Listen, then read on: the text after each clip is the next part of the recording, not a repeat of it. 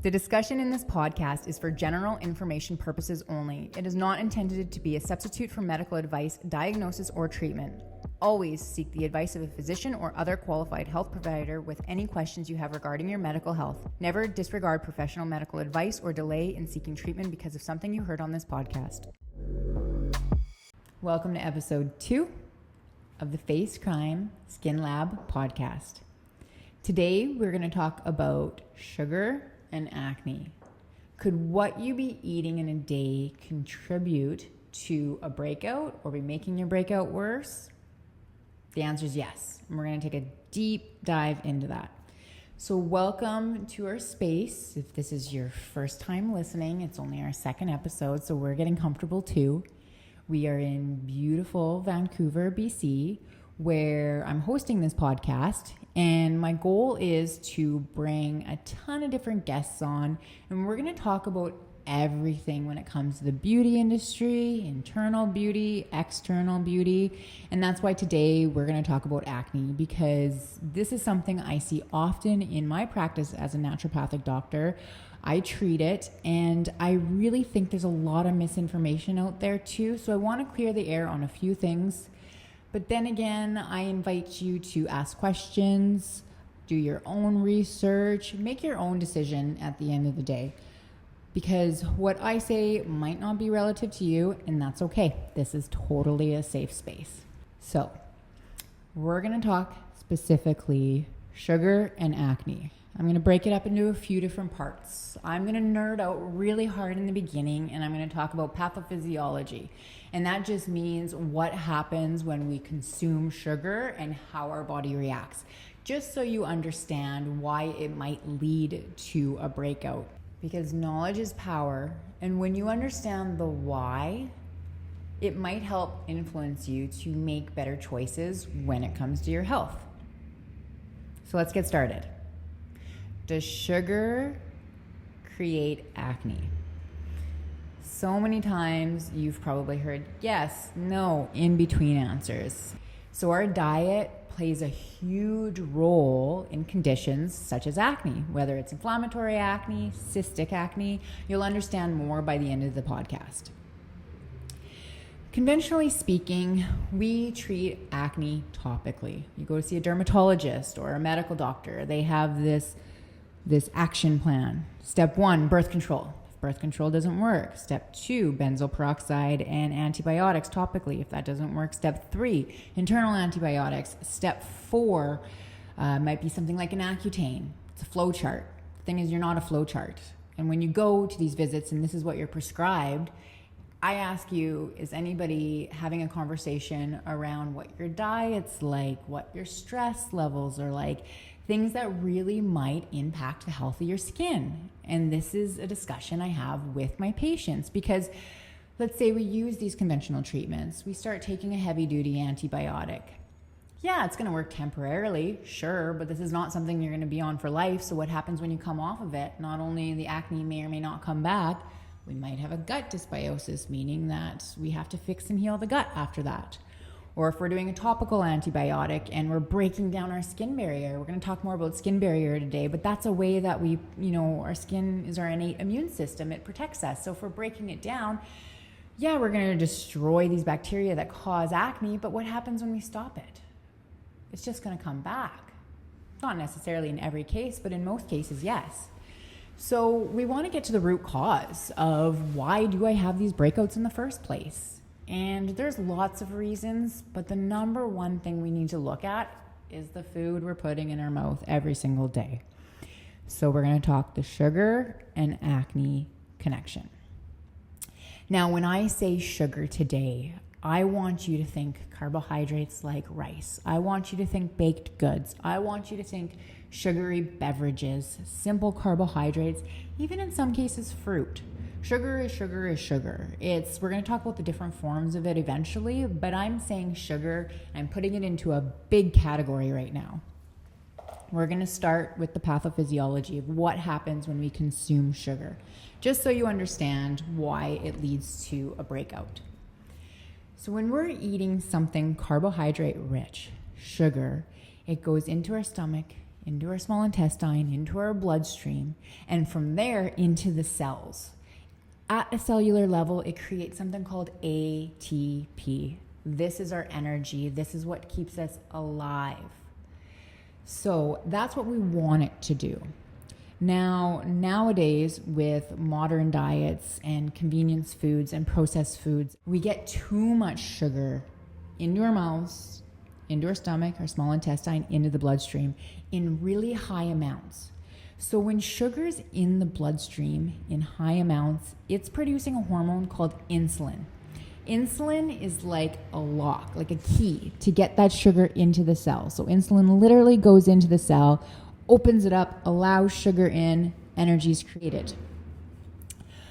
The problem is when we have too much insulin, because we've been eating too much sugar, the insulin may not be as effective, or it's just in the bloodstream for too long.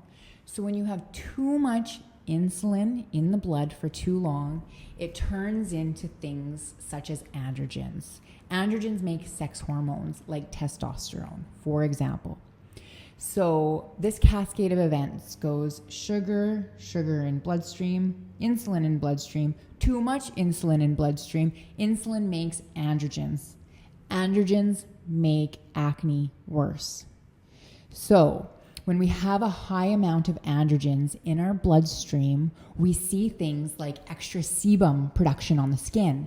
So sebum is that oily substance, and then that oily substance, bacteria love to get in and feed on it. And that's where we see this inflammatory, this, pus formation. As well as there's another term that we hear often in the world of acne, especially cystic acne, where it is follicular hyperkeratinization. Now, all that means is the cells in your skin are very cohesive and they're thick and they don't break down easily. So think about cystic acne and acne where you have that hard formation of skin around a pocket of pus. That's also mediated by insulin. Another way that having too much sugar in the bloodstream is also damaging is it lowers your immune system. Your immune system is so important when it comes to acne. Your immune system is on your skin. You have this ecosystem of bacteria living on you and thriving on you all at one time. There's good bacteria, there's bad bacteria. And when that immune system is dampened, those pathogenic bacteria really take advantage and they gobble up that sebum, leading to an acne picture.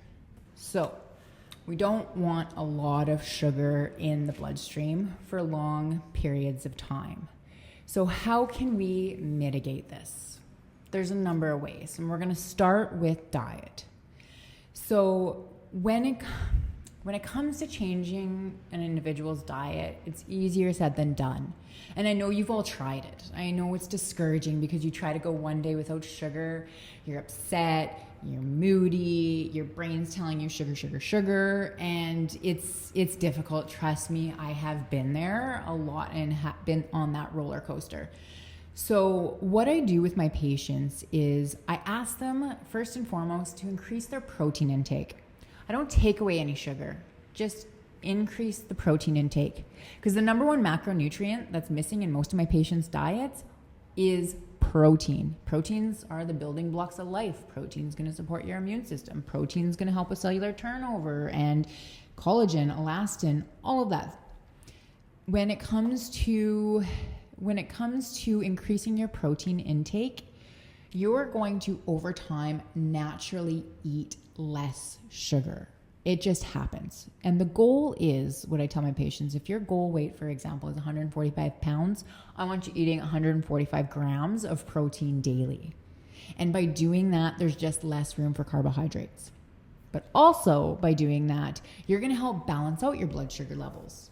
So, for example, you're having a glass of orange juice. Just orange juice on its own, a naked carbohydrate, I call that. You drink it, it goes into the system, it spikes your blood glucose levels quickly because it's liquid. It doesn't really need to do much to get absorbed. It just gets absorbed. High blood sugar levels, we don't want that, leads to acne. But let's say you eat an orange instead. And not only that, you eat an orange with a hard-boiled egg. This is your morning snack. That orange has fiber in it. Also, that hard-boiled egg is a source of protein. So the two of them together are going to slow down gastric emptying, which means it's not going to be able to leave your stomach as quickly right into the small intestine, which is a good thing, as well as the fiber is going to absorb, it's going to slow down the rate of absorption of the sugar. So that sugar from the orange is going to be more of a slow absorption versus a rapid absorption, which is good because that slow absorption gives our body the chance to metabolize things the way they need to be metabolized. So increasing proteins, very, very important. Never eating naked carbs. So what I mean by that, again, is adding a protein to every carbohydrate source. If you're eating a bowl of rice, add some chicken or pork or steak on it. If you're having an orange juice, then get an egg bite with it or have a handful of almonds. All of these things, the fibers, the fat, the protein, are going to slow down that spike in blood glucose levels that we do not want. So that's really important, and that's a really good first step. And I give you my word that if you aim to hit that protein content in a day, every day, you'll just notice that gradually over time, you will crave and eat less sugars. Another really good way to balance out blood glucose levels is to be active. Exercise is important. We know this, but a really cool trick to do, and it's not even a trick, it's just our body physiology, is after eating something carbohydrate rich, whether it be rice, whether it be a pizza, whether it be a soda beverage, go for a walk. I know that's easier said than done, but go for a walk, activate your muscles. So we have these glucose receptors all over our body. And when the glucose receptors become fatigued because there's just so much sugar, it's overstimulated, it becomes fatigued. It's like, I can't take any more sugar into the cell at this time. If we activate our muscles, these pumps in our muscles actually help bring that excess glucose into the cells to create energy. And that's ideal. That's what we want. We want the sugar out of the bloodstream into the cells where it can create energy. Because in the bloodstream, it's creating androgens, where it's leading to acne. In the cells, it's creating energy. So 1, we've got consume way more proteins. 2, we have go for a walk afterwards, after anything carbohydrate rich. 3, the biggest thing, one of the most important things is sleep. Get on a better sleep hygiene habit, way or route or path if you aren't already. If you're struggling with sleep, this is going to make your blood sugar levels go crazy the next day. Have you ever noticed that, if you stay out late or you have a poor quality sleep the next day, you're tired, you're up, down, you're more moody, you're craving more sugar?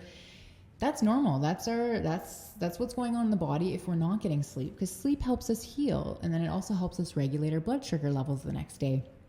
So if you're not a good sleeper, that's something I encourage you to work on, especially if you're struggling with acne, because A, your body's going to heal, and B, we're not going to have so many sugar cravings the next day. Now, we can talk about sleep hygiene in a future podcast, but just to go over the basics, you need to wind yourself down. You need to have a routine that tells your body, hey, time to start getting ready for sleep, whether it's a little bit of sleepy tea at nighttime, whether it's putting your phone down, stop scrolling while you're laying in bed. Your bed should be for sleeping, and maybe one other thing, but that's it. No space for phone or entertainment. We want to have natural lighting in the evening, so use the sun coming down as a way to wind down. Use red lights around your house, but none of these artificial lights, including this. That's going to impact the quality of your sleep 100%. So sleep hygiene is incredibly important. And the 4th one I want to talk about is stress. We need to learn to mitigate stress. Again, easier said than done, but stress, if we're stressed out all the time, is going to increase our cortisol levels. High cortisol levels are going to really mess with our blood sugar regulation as well, therefore leading to more acne. And all these things, not sleeping, stress, not being active, eating too much sugar, is going to dampen our immune system. When our immune system is down, our breakout's going to be worse. When our sugar is high, the inflammation is going to be worse. Red, mad, angry pimples. Good sugar, I would say fruit is a good sugar. It comes with fiber, it's nature, it's a whole food. Bad sugar is processed, usually most of the time, or just very simple, very quick for absorption. So one of my One of the places I don't frequent, but I usually see it with a lot of my patients is, the Green Mermaid, where they go and get these beverages and they think maybe it's healthy for them because it's coffee and it's, an alternative milk like oat milk. And then, they put a couple pumps of something into there. That to me is a bad sugar. Anything that's consumed that has 40 to 50 grams of sugar in just a beverage alone is going to be the worst when it comes to acne and breakouts. So one of my patients, young girl, stunning, beautiful, very cystic type acne on her face. And she did every single facial, spent so much money on skincare until she finally came in and saw me.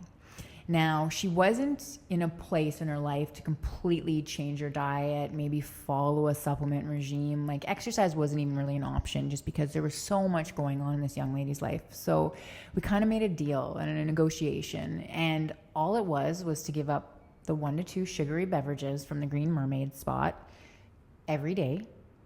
And number 2, what was the second one? Was to just be more mindful, increase protein intake. And we did a third one. We added collagen powder to the coffee instead of a bunch of sugar. Collagen powder. I'm a big fan of it. It's a little controversial, but it's a protein at the end of the day, and it can really help build up that skin barrier. When you have a strong skin barrier, you're less likely to have a breakout. So I love my collagen. Anyway, so she did those few simple things, you guys. That's all she did, is she gave up her sugary beverages that she was drinking 1 to 2 times a day. She added collagen to her coffee, and she ate more protein. The next time I saw her, it was a game changer. This girl was glowing. The stress and the chaos in her life hadn't changed much, but the appearance of her skin, the health of her skin, had made significant leaps. And you can see these changes right away. I mean, we ask you to be patient. Whenever we work on a skincare regime, we tell you, give it 4 to 6 weeks before we really start seeing a difference. But when you struggle with acne and you bring down the inflammation right away by eliminating the sugar, you'll wake up the next day after a good night's sleep and you'll see the redness come down a little bit. You'll notice things like there's no new breakouts. So when you have issues with your skin, you pay attention to these things. You'll see little changes day by day. And then in 4 to 6 weeks, we'll see big changes because there's cellular turnover at this point. With my patients, when it comes to acne really, and I understand, I've been there, I am 100% empathetic to it. It really harbors our quality of life. It makes us insecure. We see skin conditions, we associate it with illness, and that's just human nature, unfortunately. When we see somebody with a breakout, there's some part of us that goes, oh, they must be sick. Whether they're sick or not, or they just need to get their hormones under control, that's assumptions people make. And it's hard. It's hard on the individual that's struggling. And this is why I do what I do, because I understand. I've been there. I know what it's like, and it sucks. It really sucks. And I want to empower these young women and men that I work with to take back the health of their skin. There are things you can do. There are things you can do to improve it, and improve it quick. And these changes, like implementing dietary changes, I know they're easier said than done, but that's why sometimes working with a team, like if you have within your means to work with a naturopathic doctor, they can really help support you along the way. Even traditional Chinese medicine practitioners, they can help support you along the way, help balance out your hormones, help with things like sugar cravings, right? There are options out there. You don't have to do it on your own. But if you do it on your own, I mean, cherry pick what you'd like out of this. If you cherry pick anything, I'm going to tell you to eat more protein. That's going to be the number one thing that's going to transform you the quickest. And that's what I see with my patients. It transforms them the quickest. A little bit with my story, and the reason I say I empathize is because I struggled with acne when I was a teenager into my adult life. I still have breakouts here and there if I'm not really mindful of what I'm eating and putting in my mouth. And when I was a kid, this is embarrassing, but you're going to learn a lot about me through these podcasts. I ate a lot of high fructose corn syrup. The worst, the absolute worst. And this led to breakouts. I ate carbohydrate-rich meals. This led to breakouts. My parents told me, put down the sugar. It's leading to breakouts.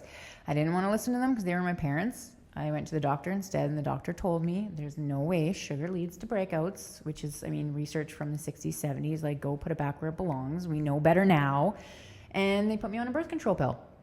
These solutions, right? Like, these women are being gaslit. They're being told that this is the only option. Birth control pill. No. We got to talk about the basics. We got to talk about diet. We got to talk about stress levels, all of the above. So when customizing a plan for you individually, this is when I stress working with a healthcare practitioner, because everybody is different. Some people have allergies. You may be on medications that interact with herbs.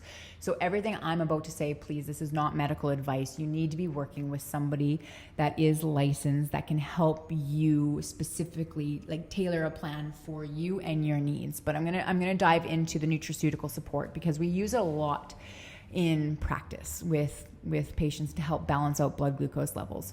So in practice, although usually when I'm balancing out blood glucose levels, it's because of an acne or an acne picture, but also just think metabolic disease, think diabetes. People are pre-diabetic. That's another reason I might balance out blood glucose levels. People that have brain fog and can't think clearly in the daytime, we might need to balance out blood glucose levels for that, right? So some of the more common treatments I use, I'm going to go over them and why. But again, I just stress, talk to your healthcare provider when it comes to making a tailored program for you. My favorite, not everybody's favorite, and it doesn't work for everybody, but I really love berberine. Berberine is one of my favorite herbs. I take it as needed personally. It's a herb we use in naturopathic medicine a lot, and it's comparable to metformin in some research studies. Metformin being a diabetic drug that helps keep blood glucose levels intact, and that's what we want to do, and that's what we're talking about today. So berberine in some research is proven to be effective, if not even more effective, than this pharmaceutical drug, metformin, which is really cool. So this is something, I ask my patients to take with each meal while they're learning to decrease their carbohydrate intake, as well as have it around as needed. So if you have a Friday night, you're a human being, and you have, a sugary beverage, like an alcoholic beverage and some pizza, berberine might just take the edge off and help you get a better night's sleep. So berberine's used a lot, chromium, cinnamon, the basics, the things that, we've been using for decades to help balance out blood glucose levels.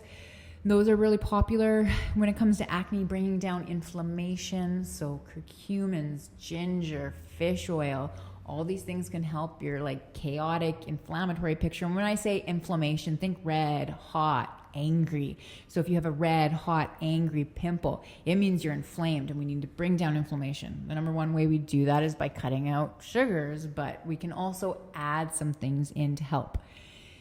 I use conventional medicine. I use pharmacology. When somebody's quality of life is being affected because they have such severe acne, I'm going to use a topical prescription to speed things up and help with healing. So one of the really common drugs used in the world of cystic acne or acne type presentations is spironolactone.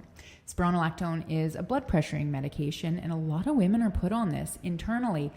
Now that's great, but that also doesn't give me a long-term solution, and there's side effects to spironolactone, like lowering blood pressure. Most women already have low blood pressure, so it can make you dizzy, lightheaded. It also can decrease libido. Hear that, women, on spironolactone. It can decrease libido. So can birth control. So if you're wondering where that's coming from and you're 22 years old, that's not normal. So your drugs can be influencing that. So I do use things like spironolactone, but topically and for short term, because I want to help expedite the healing while we're working on the inside. All right, let's wrap this up. So in summary, sugar can lead to a breakout. There's definitely things we can do to mitigate it. And yes, decreasing your sugar intake is going to be number one. But we can do this by adding things like more protein to the diet, more fiber and healthy fats, because in turn, it's just going to lower how much sugar you consume and how much you crave. Getting a good night's sleep is uber important when it comes to the health of your skin, because not only you have an opportunity for your skin to heal, it's not going to mess up your blood sugar levels the next day. Exercise is incredibly important when it comes to blood glucose regulation. So get up and move, even just like bursts of 10-minute walks, 100 air squats while you're watching TV, especially after eating something carbohydrate rich, is really going to help with the metabolism of sugar so it doesn't lead to that androgen type like acne. Managing stress levels, easier said than done. I understand that. But just like doing some, deep breathing through the day, again, getting better sleep is going to help you manage stress the next day. Mitigating your alcohol intake, drinking less is going to help with anxiety and things like that in the beginning of the week. So there is lots you can do. There's also a lot of nutraceutical support. That's where I encourage you to work with a practitioner just to tailor a program for you. And just know that it's not all in your head. It's your body. Your body craves sugar. Having blood sugar regularities, having gut dysbiosis, having a lot of stress, it makes it really hard to follow a program, okay? I've been there. And it's not just one thing that's going to be the magic, cure for your acne. It's going to be a holistic approach, just like anything when it comes to your health. So working with somebody, listening to things like this, making small steps daily, if you can continue on that path, like health doesn't go like this, it goes up and down and up and down, but we want it trending in this direction, is just going to make you feel better, look better, and really helpfully slow down those acne breakouts. So I hope you enjoyed the content today. And we're going to have a lot more content coming up in regards to skin health. Again, the beauty industry. We're going to be bringing guests on. We're going to be talking about so many different things. So yeah, stay tuned. And just remember, knowledge is power. Education really helps you implement good, healthy, positive choices into your daily life. That's going to make you feel better as a human being. So take care. Catch you on the next episode. Signing off. Just remember, be kind to yourself and kill others with kindness.